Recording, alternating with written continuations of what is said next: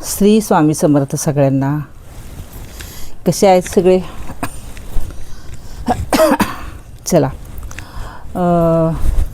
कालचा व्हिडिओ माझा सगळ्यांना आवडला. खोबऱ्याची बर्फी जी मी रेसिपी सांगितली ती सगळ्यांना आवडली. आणि हो,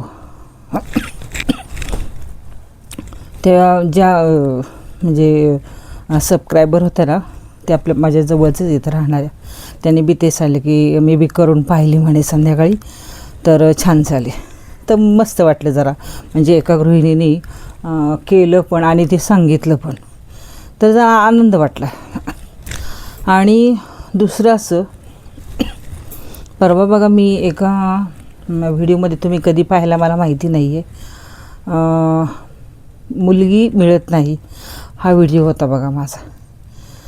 तर ती पण मला एक कमेंट्स आली होती की म्हणे, ताई म्हणे तुमचा मुलगा करतो का?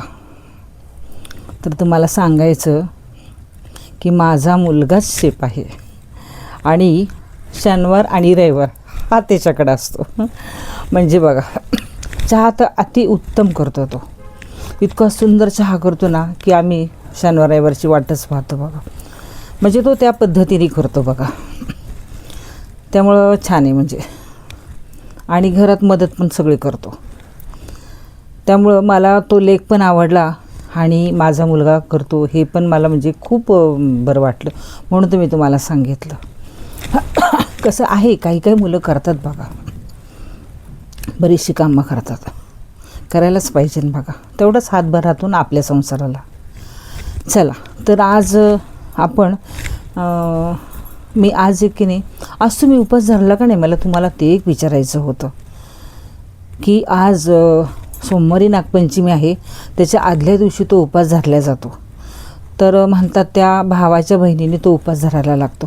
तर तुम्ही धरला आहे का नाही म्हटलं उपवास, एकदा आठवण करावी. तर हा उपवास कसा करायचा असतो बघा, एकादशीसारखा करायचा असतो.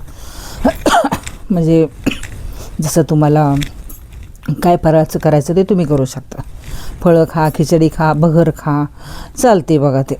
कुणी कुणी म्हणतं भगर नाही खात, कारण महादेवाला म्हणजे भगर आवडत, म्हणजे भगर खात नाही एक टाईम, कारण सोमवारचं म्हणजे महादेवाचाच तो उपवास आहे ना, असं कोणी कोणी म्हणतं. तर ठीक आहे, ज्याला जसं आवडेल तसं, पण उपवास धरा. त्या उपवासाचं कारणच तसं आहे. कदाचित तुम्हाला माहिती आहे का नाही मला माहीत नाही. बघा, एक गोष्ट आहे, तुमच्या घरात पण कोणी आजी पणजी वगैरे त्यांनी सांगितले असतील बघा त्या गोष्टी.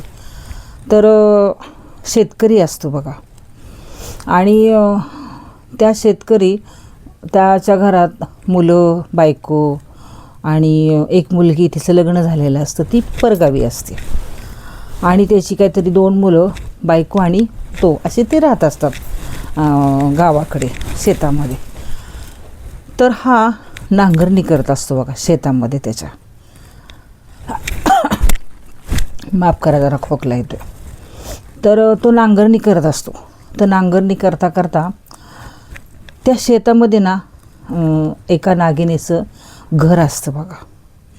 तर ते नांगरणी करताना ते घर मोडून जातं त्या नागिनीचं, आणि ती नागिन बाहेर गेलेली असते.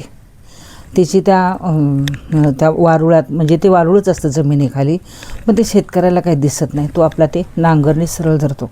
तिची पिल्लं मरून जातात बघा. शेतकऱ्याला काहीच माहिती नसतं. ते नांगरणी वगैरे सगळं चाललेलं असतं सगळं. ती नागिन येते आणि पाहती तर त्याची पिल्लं सगळी मरून पडलेली. तिला इतकं वाईट वाटतं. ती पाहते की तो शेतकरी ना, तो नांगर चालवते, हे माझी पिल्लं ह्यानेच मारली. तिला फार राग येतो. ती नागिन काय करते, त्याच्या घरी जाते आणि त्याची बायको, त्याची 2 मुलं सगळ्यांना चावती बघा. नंतर तो शेतकरी पण येतो. आजूबाजूची लोकं पण येतात तिथं. तर म्हणले, अरे तुझं सगळंच घरातली माणसं गेली, कशाने काय? त्याला पण काही माहिती नसतं. तो म्हणतो, घरातली सगळीच नाही माणसं गेली, माझी एक मुलगी आहे, ती सासरी आहे ना, ती सासरी नांदती. ती नागिन त्या शेतकऱ्याला पण चावते आणि निघून जाते. त्या मुलीकडे जाते बघा, जिथं ती शेतकऱ्याची मुलगी नांदत असते ती तिथं जाते.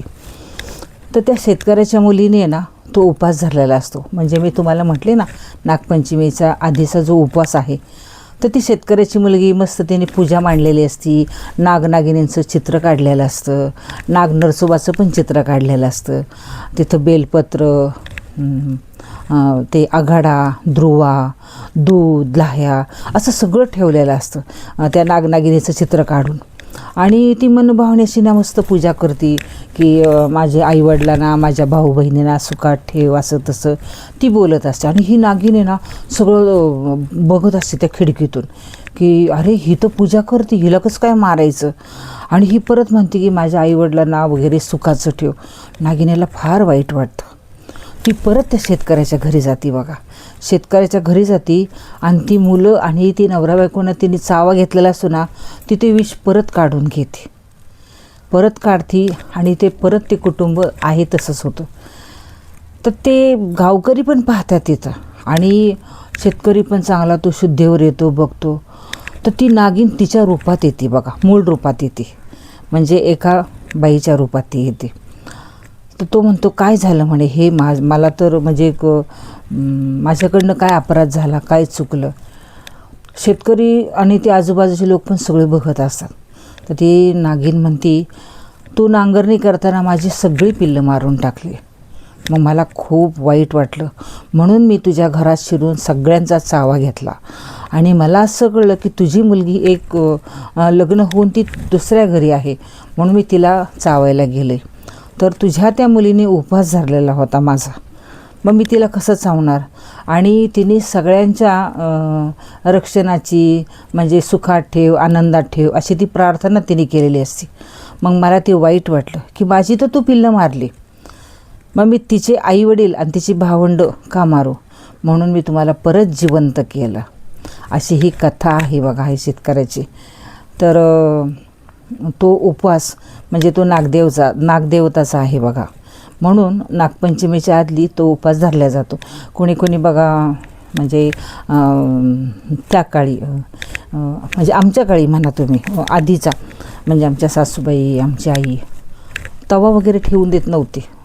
त्यावेळेला स्टोव, चुली होत्या, अजिबात तवा ठेवून देत होतं. केससुद्धा विंचरायचे नाही आणि उकडून खायचं होतं. म्हणजे ते पुरणाची ना दिंडे करायचे बघा त्यावेळेला. आमची आई झालं, आमच्या सासूबाई काय करायच्या, चुलीवरती ते गव्हाचे काड असतात बघा, गव्हाचे ते ओंब्या तोडल्यानंतर त्याचे जे काड राहतात तर त्या चाळणीवर टाकायच्या आणि ते उंडे करायचे आणि ते त्याच्यावर त्याला दिंड म्हणतात बघा. आणि मग ते सगळे उकडायचे, जसं आता तुम्ही ते उकडीचे मोदक करता ना तसे ते दिंड उकडल्या जातात आणि ते दूध तुपाबरोबर खायचे. कारण म्हणतात की केस विंचरले की नागाच्या तोंडात जातात, तवा ठेवला की नागाची पाठ भाजल्या जाते, अशी त्यावेळी ती लोक, जुन्या काळी ती लोक म्हणायची. आता काही नाही, पाळणारे पाळतात म्हणायला, पण ती अशी कथा आहे नागपंचमीची बघा. आणि आठवण झाली तर म्हटलं चला तुम्हाला सांगावं ती कथा. आणि उपवास धरा जमलं तर खूप छान असतो, काही अडचण नाही बघा. एकादशीसारखा तो उपवास धरायचा म्हणजे नागाचाच तो असतो. म्हणजे म्हणतात की भावाच्याच बहिणीने हा उपवास धरायचा असतो.